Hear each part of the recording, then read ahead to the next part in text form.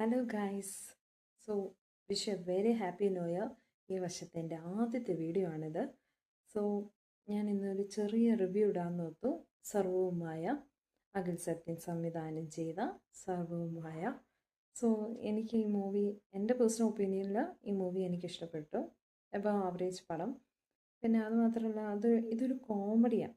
വലിയ കോമഡിയൊന്നുമില്ല, പക്ഷെ കുറച്ചൊക്കെ കോമഡി ഉണ്ട്. നിവിൻ പോളിൻ്റെയും അജു വർഗീസിൻ്റെ ഒരു കോംബോ. പിന്നെ ഈ സിനിമയ്ക്കകത്ത് ഇച്ചിരി പച്ചപ്പും ഹരിതാപവും ഒക്കെ കാണിക്കുന്നുണ്ട്.